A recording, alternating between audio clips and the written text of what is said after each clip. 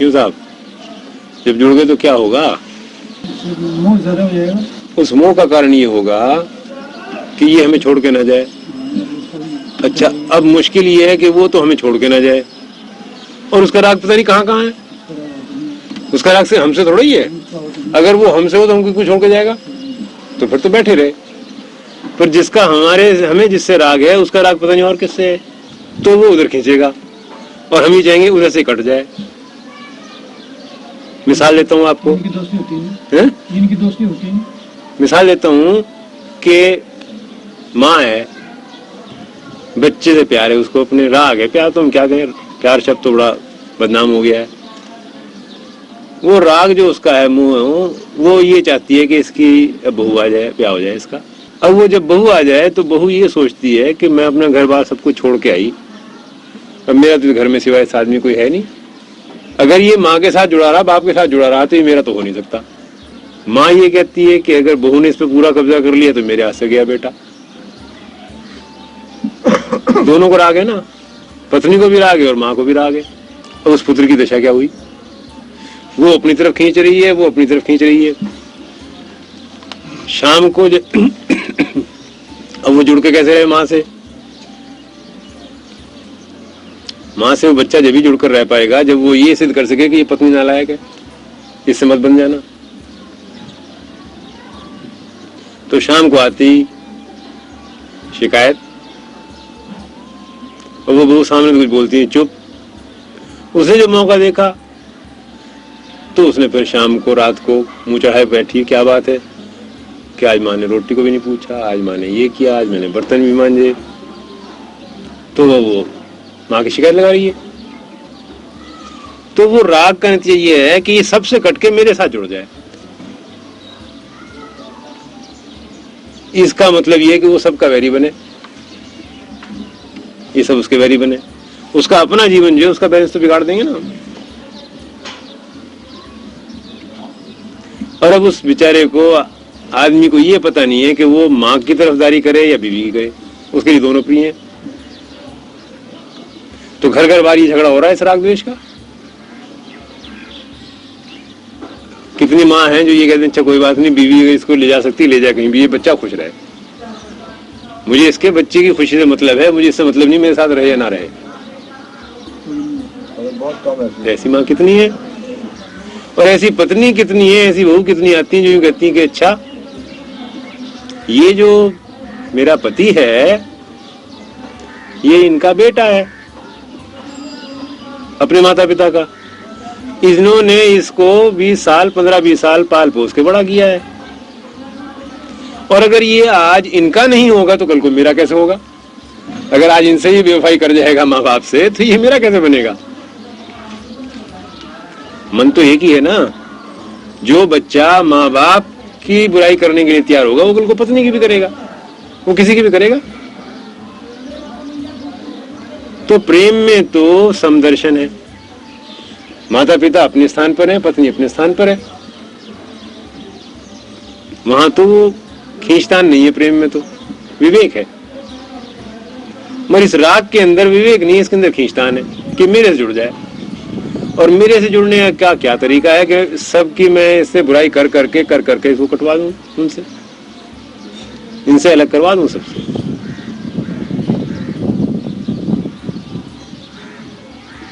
तो शांति कहां रही? फिर दूसरी बात और लो कि जब आप इस द्वेष चर्चा में पड़े तो ये राग, एक तरफ तो राग नजर आ रहा है, पर अंदर देखो तो द्वेष के बीज हैं इस राग में। इस बिना द्वेष के राग चलता नहीं। कोई ऐसा राग है जो बिना द्वेष के चलता हो कि एक के प्रति राग हो और दूसरे के प्रति द्वेष ना हो? तो जब आपको एक से राग होता है दूसरे द्वेष होता है। जहां भी वो आपको कहीं होड़ नजर आती हो, कंपटीशन नजर आता हो, वहीं पर द्वेष हो जाता है। तो एक के प्रति राग और एक के प्रति द्वेष। अभी हम सिधौरे में थे तो एक माता आई हमारे से कल मिलने। वो कह रही घर में बड़ी शांति रहती है। कारण कि 5 बच्चे हैं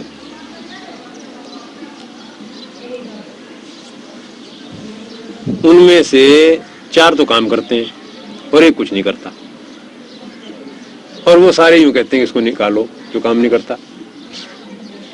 और मैं कहती हूँ कि बच्चा है, बर्बाद हो जाएगा, पता नहीं कहाँ जाएगा, गलत सोबत में न पड़ जाए, इसका शुभ ना हो जाए, इसलिए मैं कहती हूँ तो कहाँ निकालो।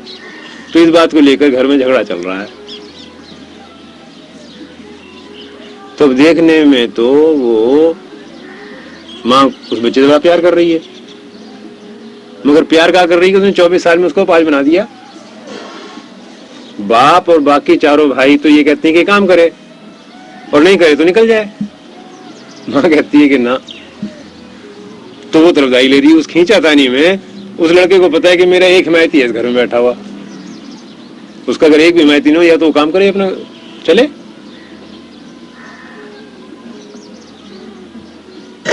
तो अब देखने में तो प्रेम नजर आ रहा है। और मैंने उस माता से ये कहा कि कल को तुम्हारी उम्र हो गई 58 साल करीब, भाई 5-10 साल और जी लोगी, 15 साल जी लोगी, और ये बच्चा 24 साल का है। जब इसकी 39 साल उम्र होगी फिर ये क्या करेगा? अभी नहीं कमा सकता, कर सकता है। तो अब नहीं कमा सकता तो 39 साल के बाद तो बिल्कुल ही लुंज-पुंज हो जाएगा, बेकार हो जाएगा। तो या तो माँ हमेशा हिम्मत करने में बैठी रहे।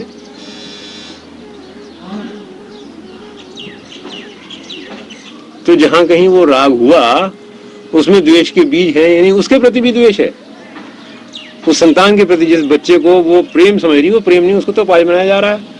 अब आज आप किसको बनाओगे? जिससे द्वेष होगा, जिससे प्रेम होगा, उसको पाज थोड़े बनाओगे।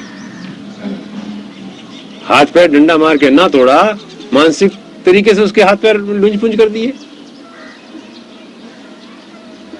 यदि वास्तव में माँ को प्रेम हो तो माँ उससे कहे कि देख बेटा, काम नहीं करेगा दुनिया में कोई नहीं खिलाएगा, ये भाई भी कब तक खिलाएंगे? ये तो कहने की बात है। और अब वो नहीं मानता उसका क्या इलाज है?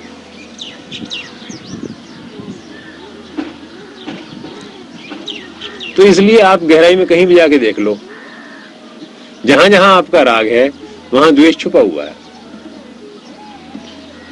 अगर राग में ये बात ना हो तो राग द्वेष को दोनों यूं क्यों कहें? इसको अलग कर दो, दोनों को, द्वेष को तो अलग कर दो, राग को क्यों अलग कर दो?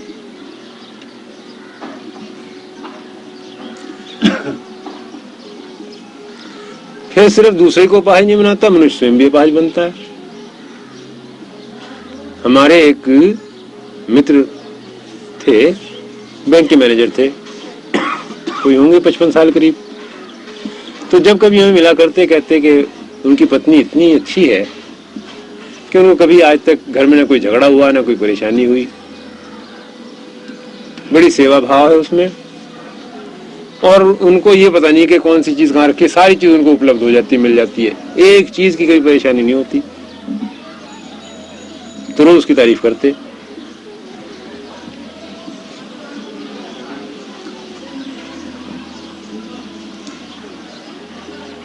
एक दिन हमको खबर मिली कि वो पत्नी मर गई।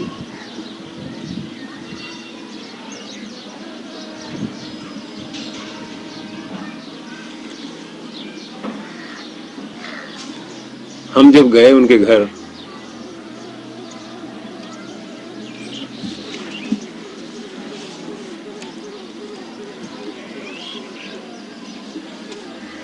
तो जब वो पत्नी मर गई उनकी और हम गए घर अगले दिन अफसोस करने उनके, तो बुरा हाल उनका।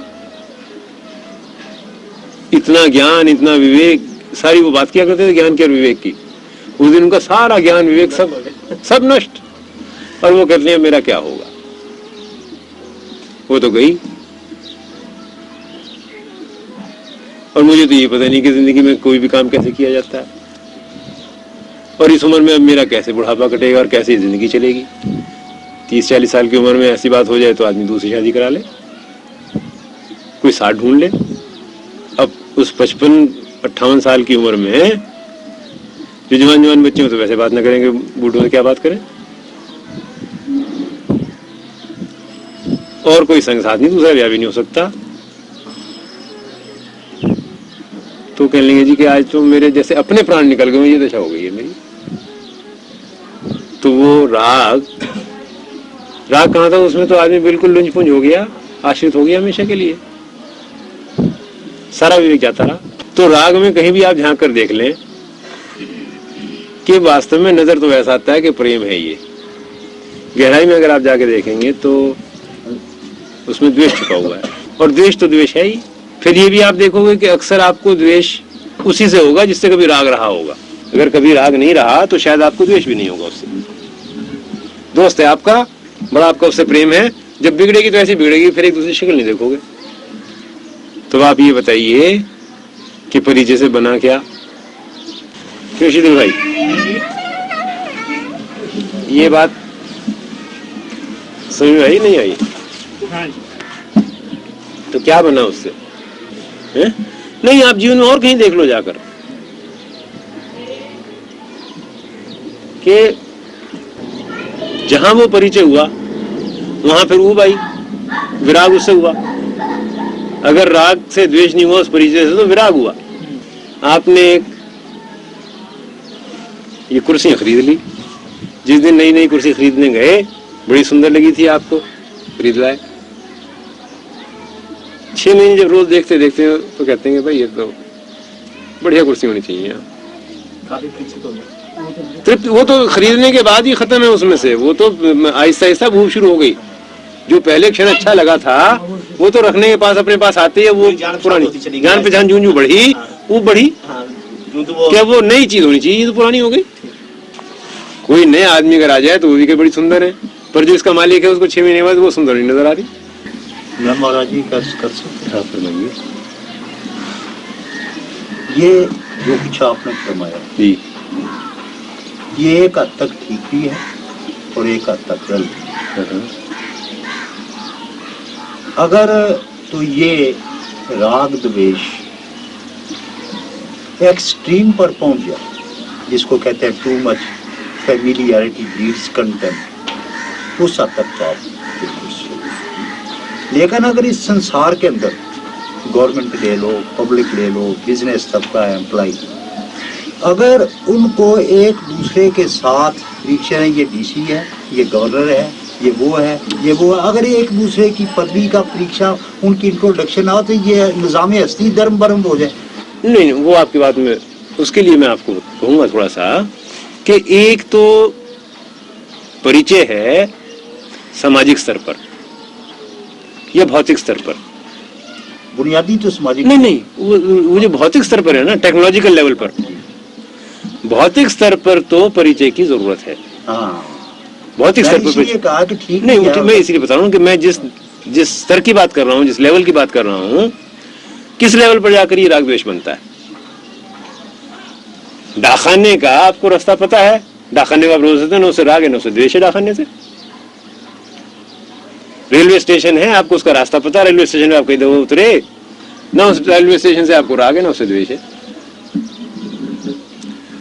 तो एक भौतिक स्तर पर स्थूल जगत में जो हमारा परिचय है वहां कोई गड़बड़ नहीं होती, जरूरी है वो। बिल्कुल यही वो जरूरी है। मगर जिसको हम मानसिक जगत में अपना परिचय बनाते हैं वो तो बात जरूरत ही वहां नहीं, पर उसी में तो हम फंसे हुए हैं। हमारा चक्कर तो वही शुरू होता है। अगर सिर्फ स्थूल जगत पे कि ये तो लाला हजारी लाल और ये लाला राम प्रसाद और ये फलाने ठीक है, ये अच्छे और ये अच्छे नहीं, तो इनसे खींचो, इनसे वैर। तो अगर सबके नाम जानना तो अगर नहीं नाम जानोगे तो उनका तो पता भी नहीं होगा, आप मिलने कभी नहीं जा सकोगे। तो उस स्तर पर तो परिचय ठीक है। मैं तो कह रहा हूँ स्पिरिचुअल परिचय तो मैंने अभी आपको दिया कि आपने कहा कि वहाँ आ जाओ। हाँ। मैंने कहा मैं वहाँ ही हूँ और यहाँ भी हूँ। हाँ। ये तो स्पिरिचुअल परिचय से यही हो गया। तो वही तो मैं कह रहा हूँ कि ये जब होगा जब वो बाहर का परिचय समाप्त हो गया। हाँ, जब तक वो बाहर का परिचय लगा वो एक नहीं बनेगा, कंडीशन एक नहीं बनेगा। तो जो मानसिक जगत का परिचय है जब तक उसको आप नहीं भूल जाओगे,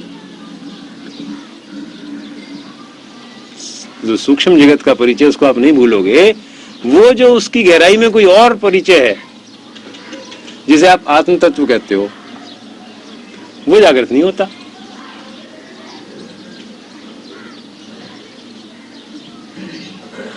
जहां पर राग द्वेष मिट गया।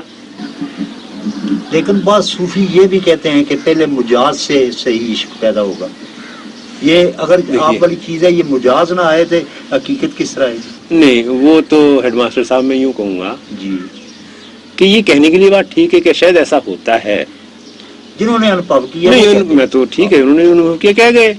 पर आज हम ये कहते हैं कि उस मिजाज के अंदर तो हम घूम ही रहे हैं, वहां पे और क्या करना है, वहां तो हुआ है, कोई ऐसा है इसको नहीं हो रहा, वो तो झूठ में तुम सारे बैठे हुए हैं। हाँ जी, तो उसको और झूठ को नहीं करने की जरूरत नहीं है, झूठ तो बहुत हो लिया। तो अब उस झूठ में से निकलकर सच में जा सकते हैं क्या? हाँ जा सकते हैं, क्यों नहीं जा सकते। प्रश्न यही है।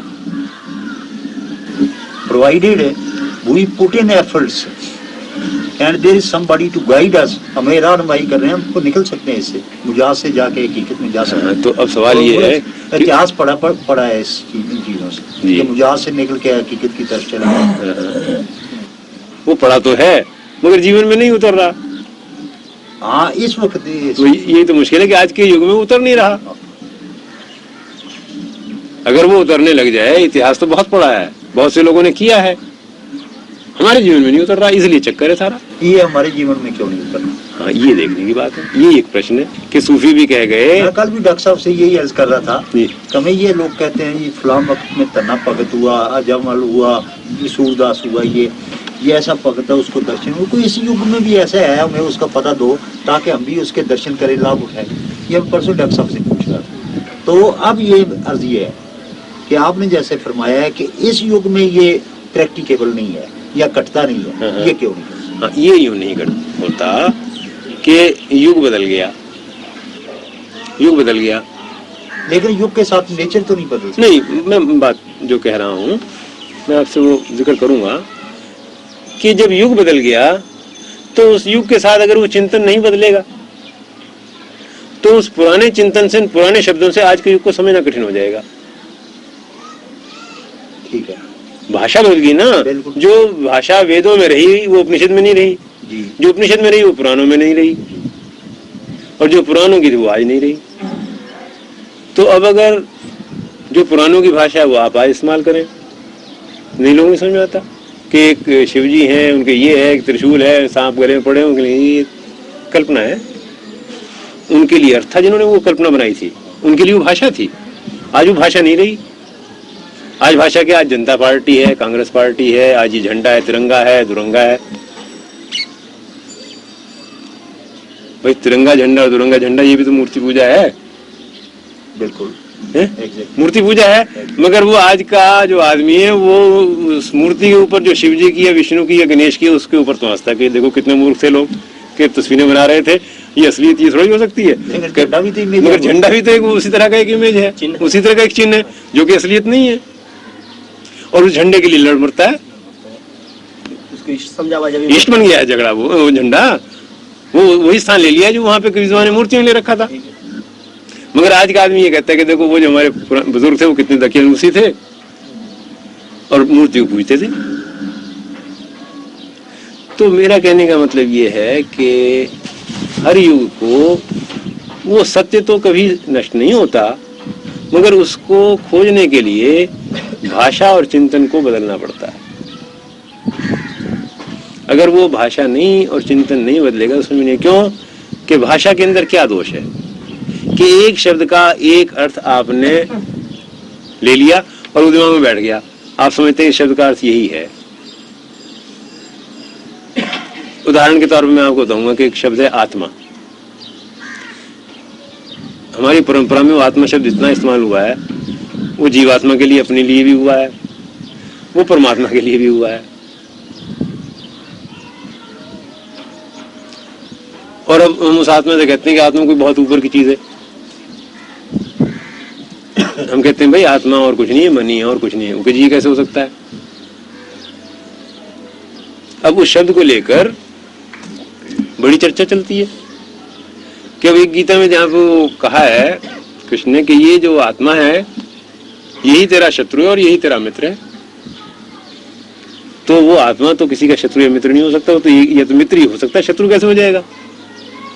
ये जो परस्पर विरोधी भाव है ये तो मन का है, आत्मा का नहीं है। वैसे गीता में मन को ही कहा गया है, शत्रु आत्मा को तो नहीं कहा गया। नहीं, वो आत्मा शब्द है, वो आत्मा ही शब्द है, शब्द आत्मा है। ये तेरा अपना ही आत्मा शत्रु है, ये तेरा अपना ही आत्मा। देख लीजिए, शायद मैं गलती पर हूँ, मैं नहीं कह सकता, आत्मा नहीं, मगर आत्मा शब्द इस्तेमाल हुआ है। तो और वो आत्मा शब्द वहां पर वो मन को मन का द्योतक है। अब मन और आत्मा में क्या अंतर है? ये तो अलग बात, मैं तो आपको एक शब्द की बात बता रहा हूँ, मैं उससे मतलब नहीं है कि आत्मा क्या है। नहीं, मन हम समझ सके ना, ताकि नहीं, जो मूल इस समय हमारा वो मूल चर्चा है उससे ना हम भटक जाएं, इसलिए मैं इन चीज उसको निकाल कर एक अलग कर दूं, नहीं तो मन तो फिर ऐसा पता नहीं कहाँ पहुंच जाएगी, वो बात रह जाएगी। उदाहरण के तौर पर ये तो मैं दे रहा हूं आपको। तो अब फिर चूंकि वो अपने जीवन में नहीं उतर रही बात, उस आत्मा शब्द को लेकर आदमी ये कहता है कि हमसे कई लोग पूछते हैं कि पुनर्जन्म होता है। मैंने किसका पुनर्जन्म, किसका? कि जी आत्मा का। सारा चिंतन आपका ये कहता है कि ना आत्मा मरती है ना जन्म लेती है, तो कभी जो जन्मता नहीं मरता नहीं उसका फिर पुनर्जन्म कैसे होगा भाई? तो उस भाषा को लेकर आप अपने दिमाग को तो उलझाए जाओ, कभी इधर से और कभी इधर से, पल्ले कुछ नहीं पड़ेगा आपके। क्यों नहीं पड़ेगा? क्योंकि वो चिंतन आपके जीवन का चिंतन नहीं रहा। जब उन्होंने वो भाषा का प्रयोग किया तो उनके जीवन में वो चिंतन के साथ जुड़ा हुआ था।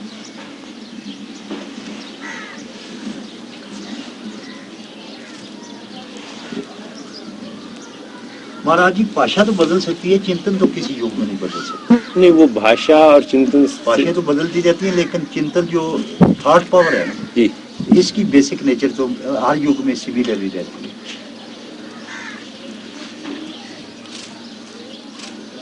आपका चिंतन से क्या अर्थ है? चिंतन का मेरा मतलब चिंतन अलग एक प्रश्न होते रहते हैं ना, तो तारतम्य में कोई चर्चा करनी पड़ती। एक प्रश्न हो उसमें थोड़ा गहराई तक जाए, फिर अगला प्रश्न। अच्छा, देखिए ये तो इतनी चर्चा है, दिन रात अगर बैठ रहेंगे और युगों और वर्षों तक बैठ रहेंगे तो सारा इतिहास उसको दोहराते दोहराते तो वर्षों तक भी समाप्त नहीं होगा, हो नहीं सकता। लेकिन महाराज जी हम भी कहाँ जाए? नहीं, मैं कह रहा हूँ, मगर हम ना लें, देखो ठीक है, मगर मैं हमारा उद्देश्य ये है। हम तो बड़े खुश होते हैं कि आप जैसे महापुरुषों के दर्शन होते हैं, कुछ हमारी ये स्पिरिचुअल एपिटाइट है उसको कोई अपीज करेगा, हम आपसे भी ना कहें तो कहीं। नहीं, मैं तो आपसे हेडमास्टर साहब एक बात कहूंगा। मैं सिर्फ एक चीज सोचता हूँ, और वो ये सोचता हूँ कि हमारे जो सबसे बड़ी जो कमी है आज के युग की, वो ये है कि हमने औरों का चिंतन अपना लिया है। और औरों के चिंतन में हमारे वो ऋषि मुनि भी और ही हैं। मैं उनको अपना नहीं कहता, क्योंकि वो हमारे लिए तो एक कल्पना मात्र बन गई, हमारा अपना चिंतन कुछ नहीं है जीवन का। ये झगड़ा है सारा। तो जो बाहर का चिंतन आया और किसी का भी आया, वो जीवन में हमारे घटित नहीं हुआ। हमारे जीवन में तो शब्द आए, अब उन शब्दों का हम अर्थ ढूंढ रहे हैं। अब शब्दों का अर्थ केवल उसको पता है जिसने वो अनुभव कर रखा है। जिसने अनुभव नहीं किया उसको शब्द का अर्थ नहीं आता, उसको शब्द का पर्यायवाची शब्द आता है। बिल्कुल ठीक है ना? बिल्कुल। तो हमारे यहाँ तो ऐसा है कि भाई जल का क्या अर्थ? जल का अर्थ पानी। जल का अर्थ पानी नहीं है, जल का अर्थ जो है पानी जो पीने से प्यास मिटती हो, वो है। अगर वो पानी किसी ने नहीं पिया जिससे प्यास मिटती हो तो जल का अर्थ पानी कहते रहो, जो मर्जी कुछ कहते रहिए आप, बात नहीं बनी।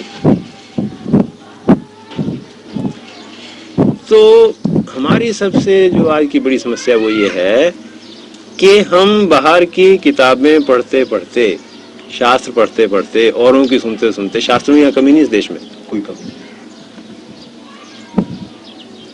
इतने ऋषि मुनि आए, इतने गुरु आए, पीर पैगंबर आए, अवतार आए, इतने मतांतर बने, 6 तो दर्शन बने, वेद और पुराण और उपनिषद, कमी नहीं है, मगर हमारे जीवन में नहीं उतर रही। जीवन में नहीं उतर रही और इंसान फंसी की तरफ जा रहा है। ठीक है ना? बिल्कुल। तो और उन चीजों में उनका एक दुरुपयोग क्या हो रहा है कि जिन लोगों ने, जो विद्वान बन गए, जिन्होंने वो सब कुछ पढ़ लिया है, वो उसके प्रचार में लगे हुए हैं या खंडन मंडन में लगे हुए हैं। एक आदमी पक्ष लेता, कोई कहता है कि नहीं वेद का ये अर्थ है, दूसरा कहता नहीं वेद का ये अर्थ है। अब भाई अगर 4 आदमी वेद का ये अर्थ बता रहे हैं तो जो बीच में आदमी खड़ा है जिसको बेचारे को कुछ पता ही नहीं अर्थ का, वो क्या समझे। आज इस देश में अमेरिका में जब हम गए तो हमें वहां पर एक आश्रम में उन्होंने वेद दिखाया। यहाँ पे पढ़ना दूर की बात है, इस देश में कितने लोगों ने वेद देखा है? क्यों नहीं देखा? क्योंकि जीवन से उसका संबंध नहीं रहा। भाषा इतनी पुरानी हो गई कि उसका अनुवाद करने वाले अलग अलग अपने मतलब निकाल रहे हैं, ये समझ नहीं आता कि अर्थ है क्या। तो सत्य जीवन का वही है जो अपने जीवन में उतरता हो। जो अपने जीवन में नहीं उतरता वो सत्य नहीं है। होगा किसी और के लिए होगा, लेकिन उतारने के लिए भी इसे साधना करनी पड़ती है। नहीं, साधना अब हम बताते हैं साधना क्या है। साधना है थोड़ी सी कठिन, मगर साधना ये है कि हम अपने जीवन में देखें कि हम क्या करते हैं। मैं क्या करता हूं, मैं ये भी, आप क्या करते हैं मुझे इससे भी कुछ नहीं ना, ऐसे कुछ मैं क्या करता हूं। मैं यहां पर बैठा हूं,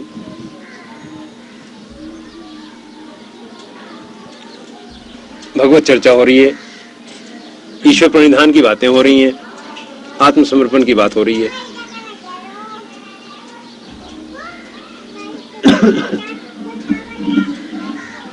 हम जब अमेरिका में गए 2 साल पहले की बात है, एक हमारा मित्र अमेरिकन बिजनेसमैन था, वो हमको 2-3 साल से जानता था। आकर वो कहने लगा कि आपका खर्चा कहाँ से चलता है? अच्छा, मैंने खर्चा ईश्वर दे देता है। कि ईश्वर ऐसे कैसे दे देता है? किसी रूप में तो आता होगा। मैंने भाई कोई दे देता है, किसी आदमी के द्वारा आ जाता है, क्योंकि आता तो किसी आदमी के द्वारा ही है। तो कभी आता है और कभी नहीं आता, और परेशानी होती जिस तरह तुम रह रहे हो। भाई कम से कम ढंग से रहोगे, सोओगे तो सही। अगर आपके जितने भी प्रवचन होते हैं उनके ऊपर एक टिकट लगा दो। आप इस बात से घबरा मत जाना, अमेरिका में जितने भी प्रवचन होते हैं उनमें टिकट लगता है। वहां मुफ्त कुछ नहीं होता अमेरिका में। कभी कभी हम भी लगाते हैं, कभी कभी हम भी लगाते हैं, मगर वो हम कैसे लगाते हैं? हम तो ऐसे लगाते हैं कि बात ये, जैसे आप यहाँ पर अगर शाम को प्रवचन करना चाहो तो आपको एक हॉल मिल जाएगा पंचायत का या किसी धर्मशाला का। वहाँ कोई ऐसा धर्मशाला या कोई ऐसी पंचायत नहीं जहाँ का कमरा यूं मिल जाए। वहां पर जहां भी कहीं आप जाके शाम को 2 घंटे प्रवचन करना चाहो, उसका 400, 500, 1000, 2000, 5000 रुपए किराया देना पड़ेगा 2 घंटे का। मुफ्त नहीं मिलता। तो भाई अगर उसके 500 रुपए किराया देना पड़ेगा, 1000 देना पड़ेगा, वो कौन देगा? भाई हमारे खाने का मत दो, हमारे खर्चे का मत दो, हमारे सफर का मत दो। पर जहां आप आकर बैठ रहे हो, जहां वो सत्संग होना है, उसका किराया कौन दे? तो फिर उसके लिए हमें ये करना पड़ता है कि भाई $1 या $1.5, 10-12 रुपए फी आदमी, हमने एक डोनेशन लगा दिया वहां पर कि भाई इतना इतना आप दे दें। उसमें 50-60 ऐसे आदमी आ गए जिन्होंने दे दिया, वो किराया पूरा हो गया। हमने कमाया कभी नहीं उससे, मगर वहां ऐसा भी करना पड़ता है। मगर ये तो ही एक वस्तुस्थिति को मजबूरी की हालत। बोलने वाले को भी तो पे करते हैं। वो बोलने वाले को वहां पे करते हैं, जहाँ जैसे अगर हमें कोई कॉलेज में बुलाया कि कॉलेज में उन्होंने हमें प्रवचन के लिए बुलाया कि आप प्रवचन दें, तो उस कॉलेज में जब हम प्रवचन दे देंगे तो हमको $25 वो पकड़ा देंगे। 200-250 रुपए वो हमें अपने पर लेक्चर कोई ज्यादा इम्पोर्टेंट हो ज्यादा भी देते हैं, मगर ये आम है कि स्कूल कॉलेज में भी अगर जाते हैं तो $25 आमतौर पर वो जनरली देते हैं। कॉलेजेस के अंदर ऐसा उनका व्यवहार है। उनका कोई फंड बना हुआ है या वो कहाँ से देते हैं हमें नहीं पता, मगर वो देते हैं। तो मुफ्त वहां करने का तो यहाँ भी देते हैं। कितना बहुत से कॉलेज में देते हैं, स्कूलों में भी। कितना देते हैं? 200-250 दे देते हैं। नहीं, वो तो वहाँ $25 देते हैं, यहाँ 25 रुपए। हाँ बस ऐसा है। चर्चा थी वो बिजनेसमैन के साथ में। तो अब वो जब उसने हमसे ये कहा, मैंने कहा भाई देखो, अगर हम ये लोगों से टिकट लगा दें तो इसमें हमें दे तो सब देंगे, और अब 100 में से 99 नहीं देते, एक देता है कोई। पर जो एक देता हमें उसका तो पता है ना कि इसके मन में एक भाव आया, अंदर से एक अनुभूति हुई, भाव आया, इसने दे दिया। मगर जब हम 100 के ऊपर टिकट लगा देंगे, 100 ने 10-10 रुपए तो दे दिया आपको, मगर भाव उसमें से एक में भी नहीं आया। सबके मन में वो व्यापारी भाव आया, भाव एक में भी नहीं आया। तो वो उस चीज का भाव तो होगा ना, तो आध्यात्मिक जो भी सुनने की ख्वाहिश नहीं होगी ना, ख्वाहिश में तो हर एक को देता नहीं जी, वो दे दे, मगर हम तो बात कुछ और कर रहे हैं, और गहराई कर रहे हैं। वो तो भाव को उन्होंने दे दिया कि आपने 10 रुपए देने दे दिए जाकर, फीस तो कहीं भी आप दे दोगे। ना, फीस नहीं, उनके विचारों में जो सुनने का जिज्ञासु होगा वही तो सुनेगा ना, वो तो ठीक है जी, सुनेगा तो वही। वही सुनेगा। अर्जी है नहीं कि जब 10 रुपए देगा ना, बहुत आदमी कहेंगे 10 रुपए दे दिए हमने, अनंत तो 10 रुपए का आया नहीं। ये बात होती है 10 रुपए कि जब उसके बाद हमें अगर किसी ने वहां पर 10 या 12 रुपए दिए तो वो ये आशा करता है कि हम 2 घंटे तक उसका दिल बहलाते रहे। हाँ, ये बात। अगर हमने 15 मिनट में कोई ऐसी बात कह दी जो कि कड़वी लगी, अच्छी नहीं लगी, और आमतौर पर सत्य ऐसा होता है जो कड़वा लगता है, अच्छा नहीं लगता, तो वो कहेगा पैसे बेकार गए मेरे। तो भाव क्या बना हुआ? तो वो तो ये देखने आ रहा है कि भाई 1 या 1.5 घंटे जो है वक्त अच्छा गुजरेगा। तमाशा ही बढ़ गया है। होगा किसी का भाव सच्चा हो सकता है, मगर अक्सर आदमी का ऐसा होगा जब वो देके जा रहा है। तो भी हमारा एक चिंतन हो सकता है गलत हो, हम ये नहीं कहते, पर हमारे जैसे मन में आया, हमने ऐसी बात सोची हुई है। तो वो कहने लगे देखो भाई, निश्चय तो ये भी नहीं है कि ज्ञान ऐसे किसी को हो जाएगा आप मुफ्त बांट करोगे तो, और निश्चय तब भी नहीं है अगर आप टिकट लगा दोगे तो। वो तो पता नहीं किसको होगा या नहीं होगा। कम से कम आपकी जिंदगी तो आराम से कटेगी, आपको तो ये परेशानी नहीं होगी कि ये पता नहीं कि शाम का खाना कहां से आएगा। तो अब ये बात तो बड़ी पते की बात कही उसने, आम साधारण जगत में ऐसा हो रहा है। अब हम ये सोचते हैं कि भाई अगर ये बिजनेस ही करना था तो डॉक्टरी जो कर रहे थे उसमें क्या हर्ज था? वहां पे अपना आराम से बैठ रहते थे, मरीज आया, उसने पैसे दिए, दवाई की पुड़िया बांध दी, उसको वो चला गया, शाम तक अपना पैसे जो भी 10, 20, 50, 100 अपना इकट्ठे कर लिए, खर्चा चल गया। और ये पता है कि जिसने आना है पैसे देने, और अब वही फिर यहां भी करना पड़ेगा, तो बात क्या बनी? वो छोड़ के क्यों आए? और बात तुम ये कर रहे हो जब भी कहीं जाओगे कि ईश्वर पर निधान, ईश्वर पर भरोसा, ईश्वर पर विश्वास, और ईश्वर पर विश्वास तो है नहीं, विश्वास तो तुम्हें अपने टिकट पर है।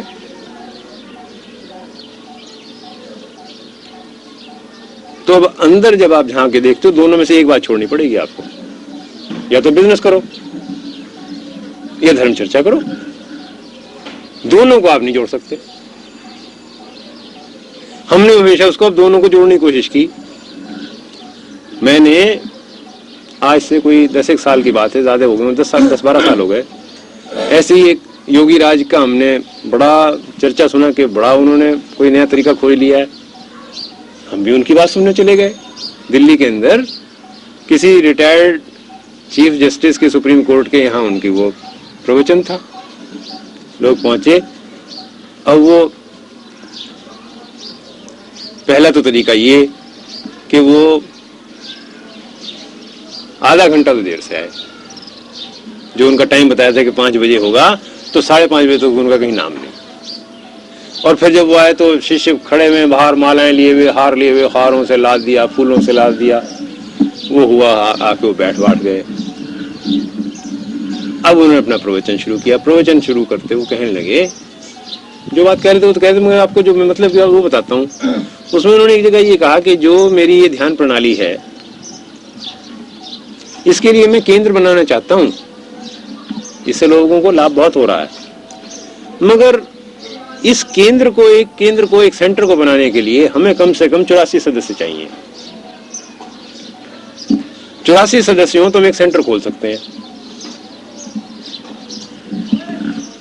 हमने ये सोचा कि ये 84 कोई बड़ा ही मिस्टिकल नंबर है, बड़ा कोई गोपनीय नंबर है, इसके अंदर कोई ज्योतिष होती है, पता नहीं क्या कुछ छुपा हुआ है। जो 84 भी 83 क्यों नहीं और 85 क्यों नहीं, 84 क्यों? तो हम तो इतने में भी सोच रहे थे कि 84 इन्होंने कहाँ से ढूंढ के निकाला। कहीं 84 लाख यूनियन बताते हैं, कोई 84 सिद्ध बताते हैं, तो 84 का कोई ऐसा महत्व होगा। मगर अब वो जो वाणिज्य व्यापार की बुद्धि है वो नहीं जाती। आदमी कितना सन्यासी योगी बन जाए, अगर वो संस्कार नहीं गए, आप कहीं चले जाओ, वो जाओगे वहीं लेके जाओगे उसको, वही चलेंगे, वो संस्कार बोलते हैं। तो फट से यूं कह लेंगे कि हमने ये अंदाजा लगा लिया है, हिसाब लगाया है कि अगर 84 सदस्य हो तो सेंटर फेल नहीं होता, और 84 से अगर कम रह जाए तो उसमें सेंटर में जो आय है वो इतनी कम रह जाती है, सेंटर चलता नहीं। आय कितनी है कि आप महीने की एक दिन की जो आपकी आमदनी है वो सेंटर को दो, तो कोई 5 देगा, कोई 10 देगा, कोई 15 देगा, जितनी एक दिन की जितनी आय होगी। अब 84 का उन्होंने ऐसा हिसाब लगाया कि 84 हो तो हम सेंटर खोलें। अब इसके पीछे कितना तो हिसाब किताब है। बात हमने करनी है ईश्वर प्रणिधान की, आप समझे नहीं? तो यहां से विषमता आई कि जीवन में हमारी उतर नहीं रही, प्रचार हम कर रहे हैं उसका। तो जब हम अपने अंदर झांक के देखते हैं कि देखो भाई बात यह है, बिजनेस करना तो सीधा करेंगे, ये साधु सन्यासी महात्मा योगी का भेद भर के बिजनेस नहीं करेंगे। कुछ सीधापन तो आया भाई। आप लोग व्यापार कर रहे हो, आपको ही पता है, जो ग्राहक आता है उसको ही पता है कि आपने जो चीज को देनी है मुफ्त नहीं पकड़ानी, उस पर 5-10 पैसे ऊपर से लेके देनी है, उसको पता है और आपको ही पता है। अब ये आपका एक कर्तव्य है कि आप उसको ऐसे मत करो कि भाई रुपए के ऊपर 2 रुपए ले लो या बहका दो। आपका जो अपना जितना आपका मुनाफा बनना चाहिए, जितनी प्रतिशत बनना चाहिए, आप उससे ले लो। आपका वाणिज्य क्या अच्छा है कि चाहे तो गांव का पढ़ा लिखा है या अनपढ़ा आ जाए, चाहे कोई पढ़ा लिखा आदमी है, चाहे कोई बच्चा आ जाए, आप रेट एक ले लो। ये ना हो कि कोई बच्चा आ जाए तो उससे दुगने, और जो कोई समझदार हो, बहुत छानबीन करने वाला हो, उससे आप कहो कि अच्छा भाई 5% भी दे दो, मुझे 1% ही दे दे। तो इस व्यापार में तो कोई हरज नहीं, आपको भी पता है कि व्यापार हो रहा है, ग्राहक को भी पता है व्यापार हो रहा है। पर आप जब साधु संतों महात्माओं के पास गए तो आप लेकर तो गए ये भावना के ये कल्याण करेंगे, ईश्वर के दर्शन कराएंगे, और आगे वो इस हिसाब बैठे कि 84 हो तो बात बने, नहीं तो बनती नहीं। तो जिस जगह आप गए जाके देखा कि वो गुरुजी बैठे हुए हैं, सारा कुछ इंतजाम हो रहा है, मेज के ऊपर थाली लगी हुई है, लोग चरण छूते जा रहे हैं और दक्षिणा देते जा रहे हैं, और गुरुजी की नजर ये पड़ी हुई है कि वो 5 का नोट आया या 100 का नोट आया, इधर चरण और उधर नोट नजर। Exactly so. तो अब जब गुरु की दशा ये हो रही है, उस महात्मा की दशा ये हो रही है, तो कल्याण किसका होगा? गुरु का नहीं हुआ। जिस ज्ञान से उस गुरु का कल्याण नहीं हुआ, उससे शिष्य का कैसे होगा? ना जी, कहाँ होगी? वो तो मैं नहीं, वो तो कहता हूँ कि अगर वो तो बिजनेस है, वो तो that is not spiritual elevation. अगर नहीं थी तो वो देखिए धोखा हुआ ना, वो धोखा हुआ। नहीं, आपको एक बात और बता दूं कि इसमें कई लोग ऐसे भी हैं, ये गुरु भी ऐसे हैं कि आप ये नहीं कह सकते वो धूर्त हैं बिल्कुल। उनके मन में ये तर्क बुद्धि ऐसी है कि ये गलत को सही जमा देती है। तर्क ऐसा है मनुष्य के पास कि हर झूठ को सच बना के दिखा देता है वो। वकील का काम यही होता है, अदालत में जाके झूठ को सच साबित कर दे, वही ज्यादा कामयाब रहता है। तो वो तर्क जो बात करता है, अब उन्होंने जो जिन योगी राज की मैं बात कर रहा हूं, उन्होंने फिर कहा कि देखो लोग ऐसा कहते हैं भाई कि अध्यात्म तो मुफ्त होना चाहिए, अध्यात्म में तो कीमत नहीं लगनी चाहिए। ये बात तो ठीक है, लोग हमसे कहते हैं, मगर हम ये कहते हैं कि भाई युग बदल गया, जमाना बदल गया। एक जमाना था जबकि साधु महात्माओं को गांव वाले ऐसे भोजन पहुंचा देते थे, उनको पैसा अच्छा इकट्ठा नहीं करना पड़ता था, कुछ नहीं करना पड़ता था। आज का युग ऐसा हो गया कि बिना पैसे काम ही नहीं चलता। तो अब अगर हमें प्रचार करना है सत्य का, तो बताओ कैसे करें बिना पैसे? और हर एक आदमी जो व्यापारी बुद्धि का आदमी, उसको फौरन समझ आती है हाँ ये बात ठीक है कि पैसा तो चाहिए। तो आज व्यापारी बुद्धि हर एक की है, युग है व्यापार का कि आपका व्यापार सिर्फ दुकान पर ही नहीं होता, आप ब्याह करो, शादी करो, मरना जीना हर एक में व्यापार। जहां व्यापार नहीं होना चाहिए वहां व्यापार हो रहा है। बच्चे की आप शादी करना चाहते हो, व्यापार करते हो, और फिर सोचते हो कि मैं इसका बच्चे का अपनी बीवी के साथ संबंध बन जाए। संबंध कैसे बन जाएगा, कहां से बन जाएगा? अरे भाई, जिससे व्यापार करके लाए हो संबंध कैसे बन जाएगा? कभी भी नहीं बनेगा। नेवर। जो जिस संबंध में पैसा आ गया शुरू में ही, वहां संबंध कहाँ है? फिर हम सोचते हैं कि भाई झगड़े बहुत बढ़ गए। झगड़े तो बढ़ेंगे।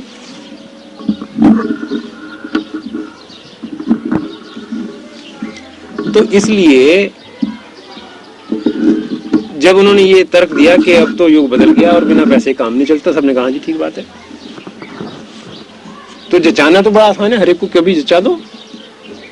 एक दफा उनको ये बता दो कि जो चीज है मेरे पास ये है फायदेमंद, और फिर तर्क से आप उसके पैसे ले लो। हमने एक जगह देखा, बहुत पुरानी बात है, आज से कोई 40 साल पुरानी बात है। ऐसे ही तर्क की बात थी कि एक आदमी ने मजमा लगा रखा था, कोई दवाई बेच रहा था कि ये दवाई है, मेरे गुरु ने दी बताई है कि ये मुफ्त बांटनी है, पैसा नहीं देना इसका। जब उसने वो इकट्ठा कर लिया सबको कि अच्छा भाई जिस जिसको जरूरत हो भाई हाथ खड़ा कर दे, गुरु का ये हुक्म है कि मुफ्त बांटनी है। तो सबने हाथ खड़ा कर दिया। जब सबने हाथ खड़ा कर दिया तो कहता है कि देखो भाई, सबने हाथ खड़ा कर दिया, सबको जरूरत कैसे हो सकती है? आज तक ऐसे कभी नहीं हुई। मुझे कैसे पता लगे सबको जरूरत? भाई मैं इसलिए ये जानने के लिए कि जरूरतमंद असली कौन है, मैं ये कहूंगा कि भाई इस शीशी की कीमत 1 रुपया है, जिसको जरूरत होगी वो 1 रुपया देने से इनकार नहीं करेगा। अब आधे हाथ तो नीचे गिर गए, अब आधे यूं सोचने लगे कि लोग ये कहेंगे, सबके सब यूं कहेंगे कि देखो कितना बेशर्म है कि मुफ्त के लिए तो इसको जरूरत है, वाकई इसको जरूरत है नहीं, झूठा है ये, तो उसको जरूरत थी नहीं, जी मुझे जरूरत है ही, 1 रुपए के वास्ते बेईमान क्यों बनूं? 50 में से 25 हाथ नीचे 25 हाथ ऊपर, उसने 25 रुपए कमाए, 5 मिनट में गायब। और बात शुरू यहां से की थी, गुरु ने कहा मुफ्त दवाई बांटना।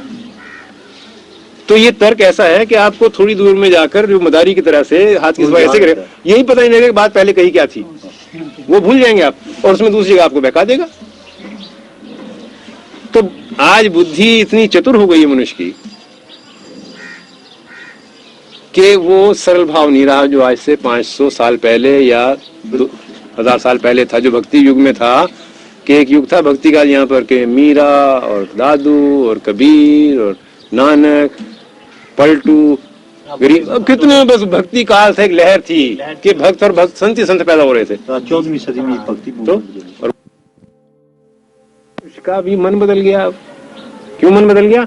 कि जितनी बाहर की ये विज्ञान की खोज हुई, जितनी ये चिंतन विचारधारा बढ़ी, आज मनुष्य का मस्तिष्क जो है वो प्रबल हो गया और हृदय सूख गया।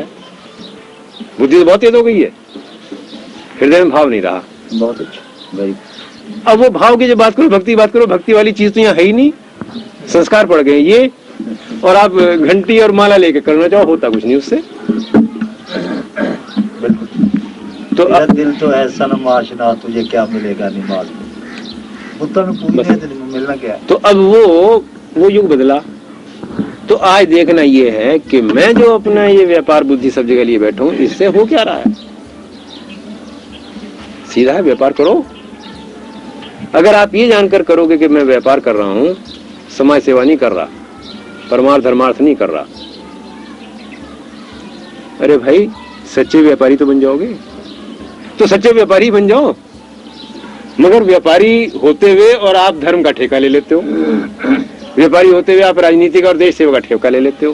बिल्कुल ठीक। ये जो इतनी पार्टियां हो रही हैं, कोई क्षमा करना मेरा किसी पार्टी से संबंध नहीं है, मगर कोई जनता पार्टी से जुड़ गया, कोई कांग्रेस पार्टी जुड़ गया, कोई किसी पार्टी जुड़ गया, और ऐसे ऐसे आदमी मिल जाएंगे उन पार्टियों जुड़े जो उन पार्टियों की बदनामी करते हैं। छोड़ नहीं सकते। क्यों नहीं छोड़ सकते? कि 10 काम निकलते हैं उस पार्टी से, जानते हैं कि ये भी गलत और वो भी गलत, उन लीडरों को देख चुके हैं, मगर पब्लिक में जाकर फिर उन्हीं की कि नहीं राय दो।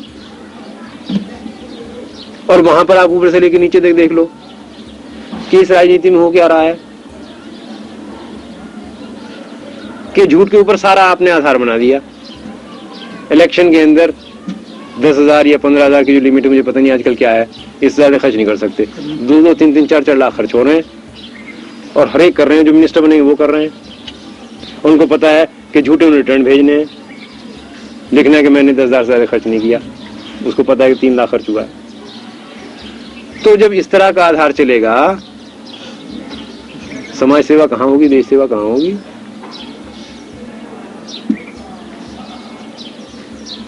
तो हम ये समझते हैं कि सत्य मनुष्य को आज भी मिल सकता है, मगर पहले अपने उस सत्य को खोजे जिसको वो जी रहा है, उस सत्य को नहीं जिसका उसको पता नहीं है। बहुत अच्छा, बहुत आप भगवान को ढूंढ रहे हैं और अपने आप को देख रहे हैं कि मैं करके आ रहा हूँ, भगवान कहाँ से मिलेगा? बहुत अच्छा। आपने शाम को भी बोलना है। अच्छा जी, 10 मिनट और बोले फिर नहीं 10 मिनट भी क्यों बोले, कोई प्रश्न और बताइए तो। यार करेक्ट पिक्चर आपने पेश कर दी, वेरी गुड। लेक्चर सुनने के लायक है बहुत। यही वजह है महाराज जी कि हम जो आपने चीज कही है, हम शांति की खोज करते हैं लेकिन रास्ते उस पे चल रहे हैं जहाँ शांति है। यही चीज आपने आज करेक्ट कही। वो जो एक भक्ति का युग था ना, जी। उस समय तो विज्ञान का चिंतन कम था। अब आज विज्ञान जो है वो यानी ऊंचाई पर है, तो उसमें भक्ति भाव, भक्ति का चिंतन कम हो गया। तो इस युग में फिर हम अध्यात्म की कल्पना जो करते हैं, उसका क्या तरीका होता है? नहीं, वही तो कह रहा हूँ कि पहली बात तो ये उस बुद्धि को समझने की जरूरत है जो चक्कर में डालती है। अपनी बुद्धि को समझना है, और की बुद्धि को नहीं। मैं राजनीतिज्ञों को तो मैं कह सकता हूँ ये तो खोखले आदमी है, मैं औरों की बात कह सकता हूँ ये सब ढोंगी है। मैं क्या कर रहा हूँ अपने जीवन में, ये देखने की जरूरत है कि मेरी बुद्धि मुझे कैसे चक्कर में डाल रही है। तो जिस दिन मुझे अपनी बुद्धि का पता लग गया कि चक्कर में कैसे डाल रही है, उस दिन बात जो है स्पष्ट होने लग जाती है। क्या जी, क्या नहीं है जी? हाँ।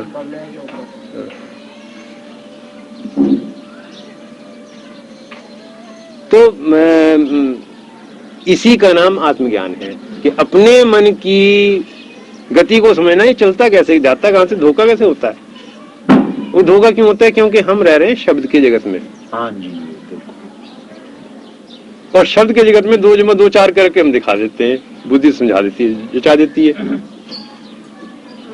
जैसे हमने आपसे ये बात कही कि हमें जब उस मित्र ने कहा कि भाई आप टिकट क्यों लगाते लोगों से, तो और ये भी है कि कभी कभी ये भी पता है कि अगर आप टिकट लगा दोगे तो ये तो निश्चित है ना कि आज 500 रुपए कमा लेने और महीने में इतने जरूर आ जाने। पर अगर हम ऐसे घूम रहे हैं, भाई किसी ने पूछा, किसी ने नहीं पूछा, किसी ने खाने को पूछा, किसी ने खाने को भी नहीं पूछा। अगर हम ये एक प्रथा लगा दें, 2 आदमियों से कहते हैं देखो भाई, अगर आप देखिए स्वामी जी से मिलने आना चाहते हैं, भाई खाली हाथ मत आना, तो कम से कम शाम तक 5-10 सेर फल इकट्ठा हो जाए। और अगर ना कहलवाएं किसी तो कौन लेगा? और ये सिलसिला आज का नाम है। तो सिलसिला कैसे है कि 2-4 जो अपने आदमी से देखो भाई खाली हाथ नहीं जाना चाहिए। और भारतीय संस्कृति रही है, मान जाएगा फौरन आदमी भाई नहीं जाना चाहिए, ठीक बात है, गलत नहीं है।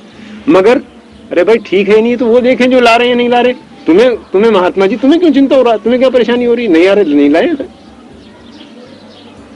तो वो जो महात्मा जी ये बात कहलवा रहे हैं उनको समझना चाहिए कि तुम्हें क्यों परेशानी हो रही इस बात की, नहीं ला रहे तो ना लाए। मगर वो अपने शिष्यों से वो इशारा दिलवाएंगे पहले कि ये जरूर कर देना भाई। तो इस तरह का जब वो एक दिस इज ऑल फ्रॉड शोषा शुरू करते हैं और ये देखते नहीं कि भाई तू देख कि तू इस जनता को सुधारने पर लगा क्यों है, तुझे क्या परेशानी हो, तू अपनी परेशानी को देख, तुझे क्या चाहिए, तुझे चाहिए फल, तुझे पैसे चाहिए, तुझे इकट्ठे करने हैं तो कोई और धंधा कर ले, तो तेरे धंधे में सारे काम चलेंगे। ये बोर्ड मत लगा। नहीं यानी खुलासा ये हुआ कि इसके लिए self realisation, self knowledge, introspection, ये चीज जरूरी है तब। हाँ, यही है कि इसके बारे में हम बात करेंगे कि वो कैसे हो सकता है। ये आज और कल में शाम को इसी पर हम करेंगे चर्चा। यही हमारा विषय है बात करने का कि भाई अपने अंदर झांक कर देखो।